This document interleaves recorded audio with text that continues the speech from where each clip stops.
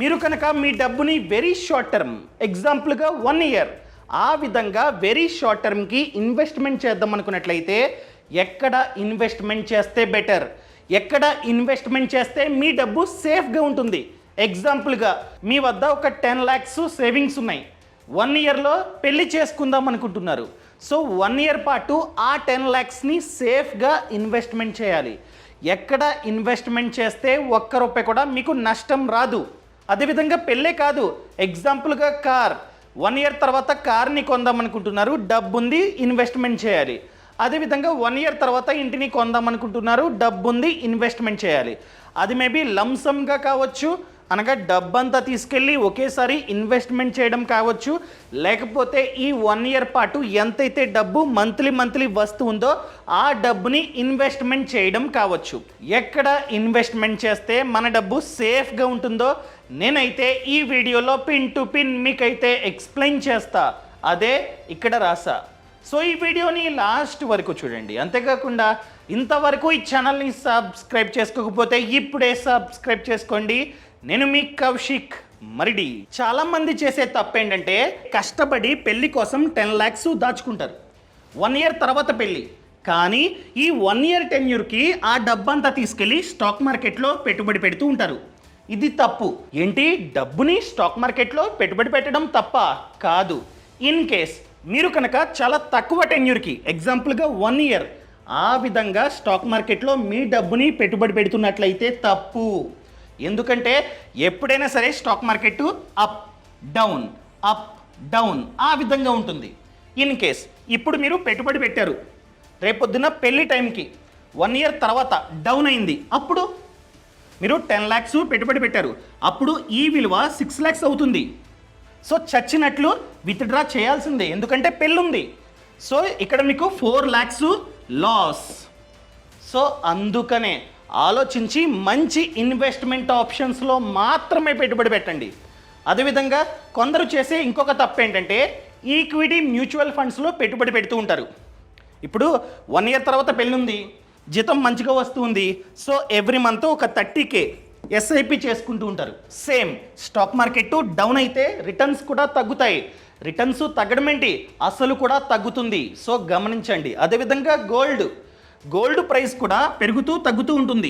In case ఇప్పుడు హైలో ఉంది, కొన్నారు, రేపొద్దున తగ్గితే 1 ఇయర్ తర్వాత పెళ్లి టైంకి తగ్గితే మళ్ళీ లాస్. అందుకనే మనమైతే ఆలోచించి మన డబ్బుని పెట్టుబడి పెట్టాలి.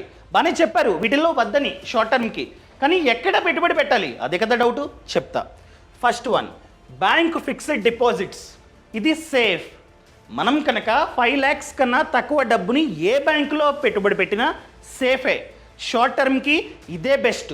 మీరు అడగొచ్చు, షార్ట్ టర్మ్కి ఎఫ్డి వడ్డీ తక్కువ అండి, ఇన్ఫ్లేషన్ కన్నా తక్కువ అనుకోవచ్చు, కానీ కొన్ని బ్యాంకులు ఎక్కువగా వడ్డీని ఆఫర్ చేస్తూ ఉన్నాయి. ఫర్ ఎగ్జాంపుల్ ఈ ఎస్ఏఎఫ్ స్మాల్ ఫైనాన్స్ బ్యాంక్, ఈ బ్యాంకు చూసుకున్నట్లయితే 1 year 1 day నుండి లెస్ దెన్ 2 yearsకి, అర్థమైందండి, 366 days నుండి లెస్ దెన్ 2 years వరకు ఏకంగా 8% ఆఫ్ వడ్డీని ఆఫర్ చేస్తుంది, విచ్ ఈస్ వెరీ గుడ్. 8%. అదే మీరు కనుక సీనియర్ సిటిజన్ అయితే, లేదా మీ తాతగారు, మీ నానమ్మ, అమ్మమ్మ, లేకపోతే నాన్నగారు వాళ్ళ పేరు మీద ఈ ఖాతాను ఓపెన్ చేసి బ్యాంకులో డబ్బుని డిపాజిట్ చేస్తే మీకు 8.5% వడ్డీ. సో ఏ బ్యాంక్ అయితే ఎక్కువగా వడ్డీని ఆఫర్ చేస్తూ ఉందో ఆ బ్యాంకులో మీరైతే ఎఫ్డి చేసుకోండి. ఆ bank maybe public sector bank కావచ్చు, ప్రైవేట్ సెక్టర్ బ్యాంక్ కావచ్చు, స్మాల్ ఫైనాన్స్ బ్యాంక్ కావచ్చు, మీ ఇష్టం. కంపేర్ చేసుకొని మీ డబ్బుని పెట్టుబడి పెట్టండి. ఎప్పుడైతే మీ వద్ద లంసమ్గా డబ్బు ఉందో అప్పుడు. అంటే ఏంటి, ఒకేసారి 4 lakhs మీరు కనుక డబ్బుని పెట్టుబడి పెడదాం అనుకున్నట్లయితే, మంత్లీ కాకుండా ఒకేసారి మీ డబ్బుని పెట్టుబడి పెడదాం అనుకున్నట్లయితే ఇది కరెక్ట్. మీరు అడగొచ్చు, సేఫేనా? ఎస్, ప్రతి బ్యాంకు సేఫే. ఎందుకంటే డిఐసిజిసి మనకి ఆర్బిఐ ఇన్సూరెన్స్ని ప్రొవైడ్ చేస్తూ ఉంది. ఎంతవరకు? 5 lakhs వరకు. అర్థమైందా? మీరు ఏదైనా బ్యాంకులో మీ డబ్బుని డిపాజిట్ చేస్తే ఒకవేళ 1 year లోపు ఆ బ్యాంక్ అనేది దివాలా తీస్తే ఆర్బీఐ మీకు 5 lakhs వరకు ఇన్సూరెన్స్ని ప్రొవైడ్ చేస్తుంది. ఎగ్జాంపుల్గా 4 lakhs కదా, ప్లస్ ఒక 50,000 వడ్డీ వచ్చింది అనుకుందాం. So 4,50,000 insurance. ఆ బ్యాంకు దివాలా తీస్తే మీకు కావాలంటే కార్పొరేట్ ఎఫ్డి, అదేవిధంగా ఎన్బిఎఫ్సిలు, ఇవన్నీ ఆఫర్ చేస్తూ ఉంటాయి. కావాలంటే వీటిల్లో కూడా పెట్టుబడి పెట్టుకోవచ్చు, పర్లా, వడ్డీ ఎక్కువే. కాకపోతే డిఐసిజిసి వీటికి వర్తించదు. క్లియర్? కార్పొరేట్ ఎఫ్డీస్కి, ఎన్బిఎఫ్సిస్కి డిఐసిజిసి వర్తించదు, గమనించండి. అదేవిధంగా ట్యాక్స్ బెనిఫిట్ ఉందా? లేదు, ఎటువంటి ట్యాక్స్ బెనిఫిట్ లేదు. మనకి ఎంతైతే వడ్డీ వస్తూ ఉందో అది మన ఆదాయం. మన ఆదాయాన్ని బట్టి మనమైతే ఇన్కమ్ ట్యాక్స్ కట్టాలి. ఇన్ కేస్ 1 ఇయర్లో 40,000 కన్నా ఎక్కువ వడ్డీ జనరేట్ అయితే, 1 ఇయర్లో 40,000 కన్నా ఎక్కువ వడ్డీ జనరేట్ అయితే 10% టీడీఎస్.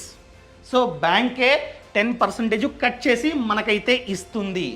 ఇన్ కేస్ మీరు కనుక సీనియర్ సిటిజన్ అయితే 50,000 వరకు ఉంది.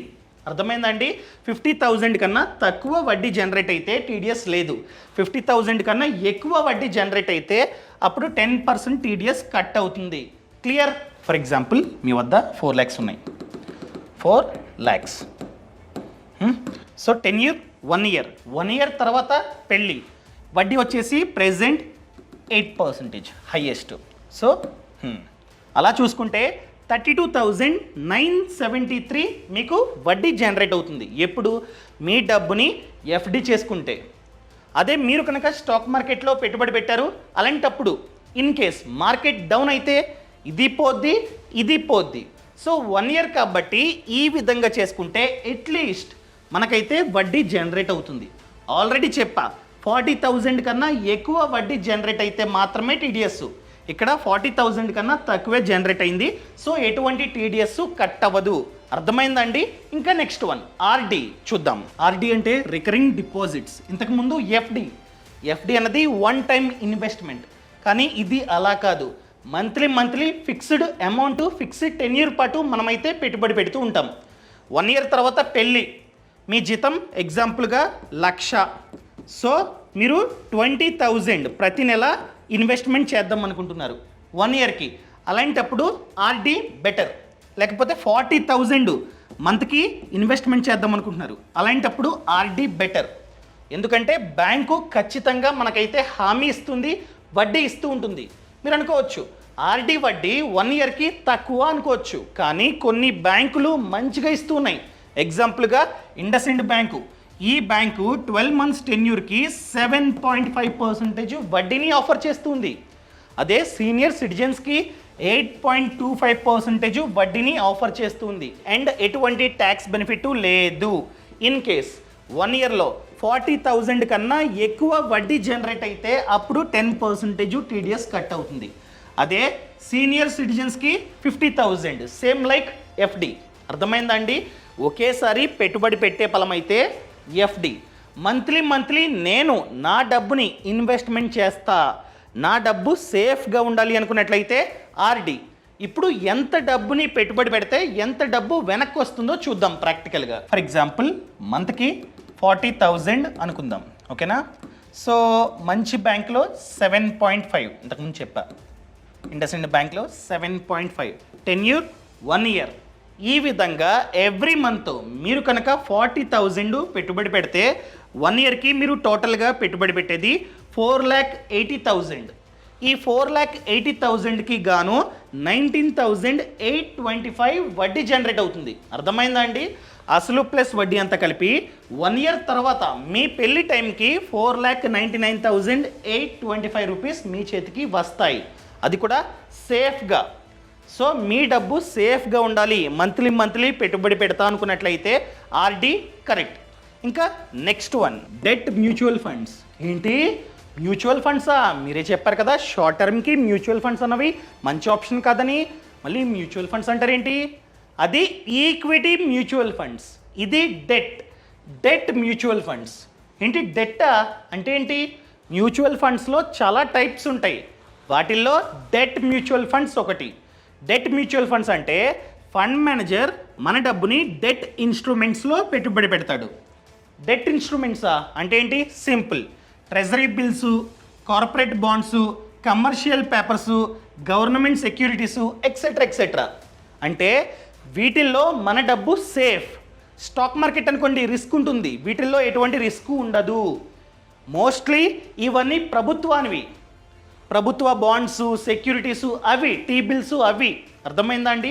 ప్రభుత్వం ఎటువంటి మోసం చేయదు. ఫర్ ఎగ్జాంపుల్, నేను ప్రభుత్వం, నాకు డబ్బు కావాలి, సో 1 ఇయర్ పాటు మీ డబ్బుని నాకు ఇవ్వండి, నేను మీకు వడ్డీ ఇస్తా అని చెప్తారు ప్రభుత్వాలు. సో అలాంటి వాటిల్లో ఈ ఫండ్ మేనేజర్ మన డబ్బుని పెట్టుబడి పెడతాడు. మళ్ళీ డెట్ మ్యూచువల్ ఫండ్స్లో చాలా టైప్స్ ఉన్నాయి. వాటిల్లో one of the best short duration fund మనకి సెట్ అవుతుంది. మనం 1 ఇయర్ పాటు మన డబ్బుని మంత్లీ ఇన్వెస్ట్మెంట్ చేద్దాం అనుకుంటున్నాం. సో మనకి షార్ట్ డ్యూరేషన్ ఫండ్ అన్నది మంచి ఆప్షన్. అండ్ ఇక్కడ మెచ్యూరిటీ 1 to 3 ఇయర్స్. మనం కావాలంటే 1 ఇయర్ పాటు ఎస్ఐపి చేసుకోవచ్చు. సేమ్ లైక్ ఆర్డి, అక్కడ సేఫ్, ఇక్కడ కాస్త డౌట్. కానీ మనకి ప్రాపర్గా పాస్ట్లో 7 to 8% వరకు రిటర్న్ జనరేట్ అయింది. సో ఇప్పుడు కూడా మేబీ జనరేట్ అవ్వచ్చు. అదేవిధంగా ఎటువంటి ట్యాక్స్ బెనిఫిట్ లేదు. ఎంతైతే రిటర్న్ వస్తుందో అది ట్యాక్సిబుల్. క్లియర్? మీరు కావాలంటే దీంట్లో కూడా మంత్లీ ఎస్ఐపి కింద ఇన్వెస్ట్మెంట్ చేసుకోవచ్చు. ఇంకా నెక్స్ట్ గవర్నమెంట్ సెక్యూరిటీస్. ఏంటిది? గవర్నమెంట్ సెక్యూరిటీసా? ఇంతకుముందు చెప్పా డెట్ మ్యూచువల్ ఫండ్స్ అని చెప్పి ఇంతకుముందుది సేమ్ అండి. మనం కావాలంటే మ్యూచువల్ ఫండ్ సహాయంతో కాకుండా డైరెక్ట్గా గవర్నమెంట్ సెక్యూరిటీస్లో పెట్టుబడి పెట్టుకోవచ్చు. ఇవి సౌరిన్ గ్యారంటీ, అంటే ప్రభుత్వం మనకి గ్యారంటీ ఇస్తుంది. లాసు రావడానికి ఛాన్స్ లేదు, మన డబ్బు ఫ్రాడ్ జరగడానికి ఛాన్సే లేదు. సేఫ్ అండి. అదేవిధంగా ఈ గవర్నమెంట్ సెక్యూరిటీస్లో చాలా టైప్స్ ఉంటాయి.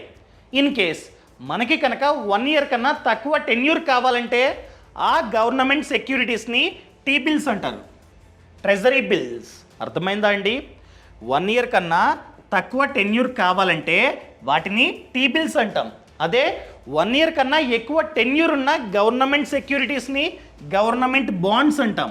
అంటే మనం పెట్టుబడి పెడతాం, ప్రభుత్వం ఒక బాండు ఇస్తుంది. ఆ టెన్యూర్ తర్వాత ఆ బాండుని ప్రభుత్వానికి ఇస్తే అసలు ప్లస్ వడ్డీ మనకైతే ఇస్తుంది. క్లియర్? కానీ దీనికి చాలా డిఫరెన్స్ ఉంది. ఈ గవర్నమెంట్ బాండ్స్కి వడ్డీ అన్నది వస్తూ ఉంటుంది. ఇంత వడ్డీ 8%, 9% అని చెప్పి ముందుగానే చెప్తారు. కానీ ఈ ట్రెజరీ బిల్స్కి ఎటువంటి వడ్డీ ఉండదు. వడ్డీ ఉండదా? ఎలా మరి ప్రాఫిట్? సింపుల్ అండి. వాళ్ళు ఏమంటారంటే ఇష్యూ ప్రైస్ 98. నార్మల్గా ఒక టీ బిల్లు 100, దాని యొక్క పార్ వాల్యూ 100, కానీ మనకి 98కి ఇస్తారనమాట. అమ్మే టైంలో మనం పార్ వాల్యూ అనగా 100కి అమ్ముకోవచ్చు. మనం ఒక టీ బిల్లు 98కి కొన్నాం. 1 ఇయర్ తర్వాత ఒక్కో టీ బిల్ని 100కి అనగా పార్ వాల్యూకి అమ్ముకోవచ్చు. అంటే మనకి డిస్కౌంట్లో వస్తుంది, ఎటువంటి వడ్డీ ఉండదు. ఈ డిస్కౌంట్ డబ్బే మనకి రిటర్న్ వడ్డీ, అంతే కదా. 2 రూపీస్ మనకి రిటర్న్. ఈ విధంగా మనమైతే కొనుక్కోవచ్చు. అండ్ ఇక్కడ టెన్యూర్ 3 టైప్స్ అండి. టీ బిల్స్లోనే 3 టెన్యూర్స్ ఉంటాయి. ఒకటి 91 డేస్, ఇంకొకటి 182 డేస్, ఇంకొకటి 364 డేస్. మనకి కావాలంటే 364 డేస్కి ఇన్వెస్ట్మెంట్ చేసుకోవచ్చు. క్లియర్? ఇది సేఫ్, మంచిగా మనకైతే రిటర్న్ వస్తూ ఉంటుంది. ఇంకా ఏ విధంగా పెట్టుబడి పెట్టాలి? స్టాక్ బ్రోకర్స్ అంటారు కదా, జీరోదా, అప్స్టాకు, గ్రో, ఎక్సెట్రా. మీ యొక్క డీమ్యాట్ అకౌంట్ ద్వారా మీరైతే పెట్టుబడి పెట్టుకోవచ్చు. ఫర్ ఎగ్జాంపుల్ జీరోదాకి కైట్ అనే యాప్ ఉంది, లేకపోతే వెబ్సైట్ ఉంది. ఆ వెబ్సైట్లో లాగిన్ అవ్వండి. లాగిన్ అయిన తర్వాత బిడ్స్ అని ఉందా, బిడ్స్ని క్లిక్ చేయండి. ఆ తర్వాత గవర్నమెంట్ సెక్యూరిటీస్ క్లిక్ చేయండి. ఆ తర్వాత టీ బిల్స్ అని చెప్పి కనిపిస్తూ ఉంటుంది. పక్కన టెన్యూర్ కూడా ఉంటుంది, ఉందా? సో దాని పక్కన ప్లేస్ బిడ్ని క్లిక్ చేసి ఇన్వెస్ట్మెంట్ చేసుకోండి. మినిమం 10,000. అదేవిధంగా T+2 డేస్లో అనగా ఈరోజు మీరు కనుక ఇన్వెస్ట్మెంట్ చేస్తే ఇంకొక 2 డేస్ తర్వాత మీ డీమ్యాట్ అకౌంట్లో ఈ టీ బిల్లు యాడ్ అవుతుంది.